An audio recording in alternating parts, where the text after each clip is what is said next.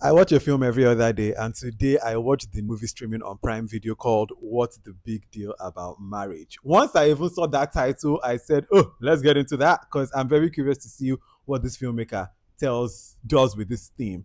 And I found out that it was directed by Desmond Elliott. So I was like, okay, Desmond, let's see what you want to talk. This film, if you're over 21, you're already probably having these conversations with your friends or with your family. Even if you're not having a conversation, you're seeing it on Instablog, on Tattoo Room, on the Shade Room. It's all over the place. Equal partnership in marriage, 50-50, 100-100. Waiting man supposed to do, waiting man not supposed to do, who supposed to do, waiting man, woman matter. Now, this film and this thing called marriage, what is it? So, the premise of the film is about essentially there's two people, they meet, and on the first night, they don't already knock, less than 2 months in, they enter into a marriage. The guy, and where I tell you, these are opposite people. I don't want to give you any spoilers because this is the non-spoiler section. Opposite people. And so in now you just watch two of them really struggle with this thing called marriage. Man, don't annoy you this year. If not, come watch this film.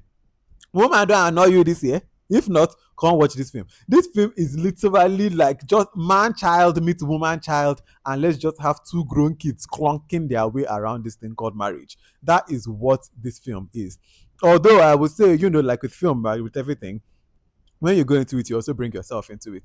And sometimes you also have your own natural thoughts and your own ideas. And I would say that one thing that this film did, though, was that there's a way that I thought the movie was going to go, and an idea that I had about this film, like where I wanted it to end.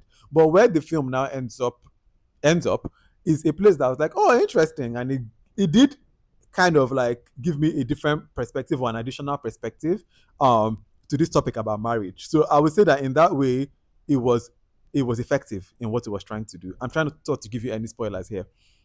The right thing I'll just say before I start talking about this film with spoilers is empathy. All I would say is, my dear, if you would you this thing you do to somebody else, would you like it done to yourself? If you be man or woman, or like if the roles were reversed, would you like this thing? Ask yourself that question. And also, and in this thing called marriage, open your eye. It is a big deal. Who you enter into a marriage is a very big deal. So be careful. And if you just want something that's a conversation continuer, because the conversation has already started, but you just want to talk about it with somebody and it really just something to watch and like talk about, I think this is a kind of good film that can spark conversation. Play it in your youth group in church or something, because it's that kind of film for conversation starting. All right. I don't want to give you any spoilers. The film is on Prime Video. You can check it out.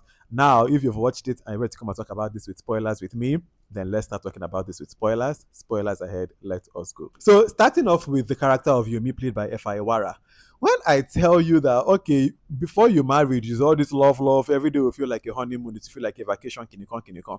Now you marry, and Oga say he cannot cook and he does not like fast food and he wants his food fresh. I said, that's cooking and cleaning. Let's just talk about that, because it was funny when Julia now even said, I knew that this was going to be a problem. So you already kind of knew that this was going to be a problem. It's a lesson that sometimes in the dating stage you might be thinking, oh, I'll be fine, it's not a big deal. Think and well, oh, this thing that you're thinking is just a quirky little thing. Are you willing to really put up with it for the rest of your life?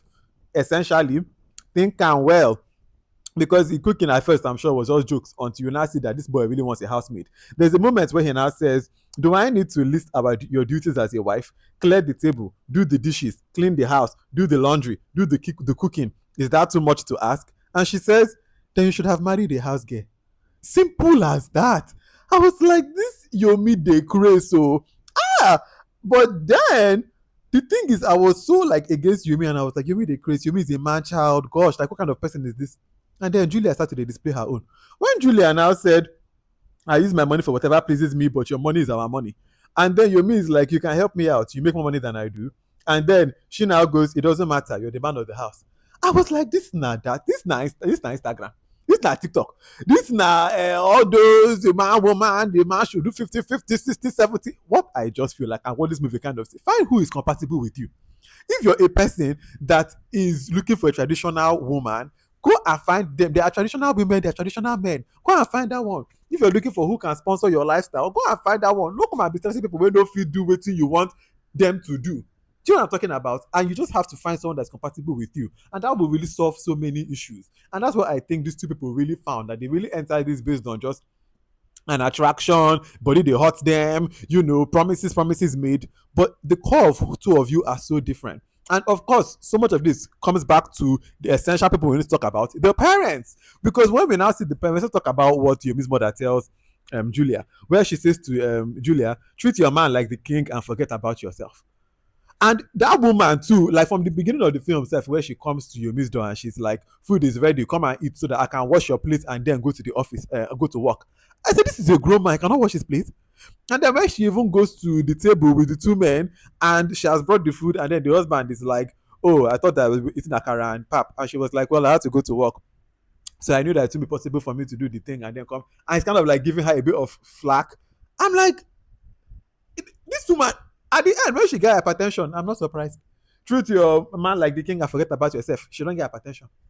And when she said to the Yomi at the end, or she told her husband that yes, we treated this boy like a king, but we did not teach him how to treat his woman like a queen. Like it starts from like the formative years. Your sons, are you really teaching them how to be supportive people? Like period, even to their own selves. Are you teaching them how to be self-sufficient, how to be self-supportive, how to help? You have to like, and then let's go to you, Julia's father. When he now tells Yomi, the minute you take money from your wife, you lose leadership. Now, all this podcast type of talk, the red pill content, the 50-50, all this type of a man should do this, a woman should now waiting the cross issue. Because what we now see, right, after the parents talk to both of them, is that Yomi is now really trying to overexert himself. He's now jumping from Makada, trying to hustle, get the bag, get the bag. But he's just burning himself out. Even at work, he's now getting a query because he's not performing the way he's performed before. The Julia that's trying to now morph herself into this traditional woman, trying to now do the cooking, the cleaning. She's burning the food. She's burnt out at work. She's not really going forward. You can see that this marriage of a thing, these two are not compatible for each other. And as a viewer, I'm like, on, I need to break this thing up. You made a mistake. Let's just divorce. Let's keep it pushing. So then, when on that dinner table or on the dining table, they now come to the decision that they're going to divorce. I'm like, that makes sense. And that's where I wanted, obviously, as a viewer, and I'm sure even the filmmakers, they knew that that's what people are going to be thinking watching this. That like, oh, a divorce makes sense. But then when Yumi's mother now says what about the baby, and we find out that Julia is actually pregnant, I was like, oh, that complicates things. When of course she starts contemplating abortion, both of them, I was like, people's reasoning for the abortion makes sense. But I think where the movie now just kind of touches something in my brain is when Yomi's friend is talking to him and he's saying like, have you actually studied? Like, how you became an engineer was you studied engineering, you went into school for it, you really committed to it and said, I want to learn, I want to get better. Have you done the same thing for your marriage? Have you actually studied your wife? Have you read books about this thing? Have you gone to seminars? Have you tried more than just the four confines of your parents' house and your own self? Have you tried? I was like, oh wow, okay. Because have you? And when at the end of the film, we now see that he goes to her and he's telling her like, I've done a crash course about even parenting and what we can do. I think we can do this thing. I think I'm going to try. I'm going to do better. I'm going to learn. I'm going to be your personal houseboy self. And then she's like, you know what? Okay, I too. I guess I don't have to be so stringent with my money. I do make more than you. I can also support you. I'm also rich. Like maybe I can also help, and we can lighten each other's load.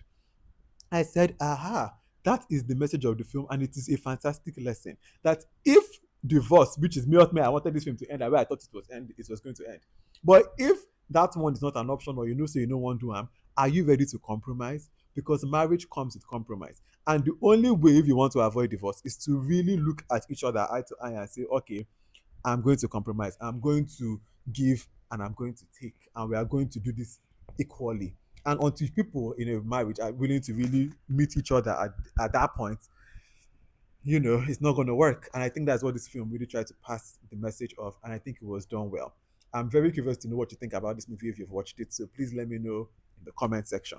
Also, if you've watched this whole video and you have no idea who I am, my name is VDK.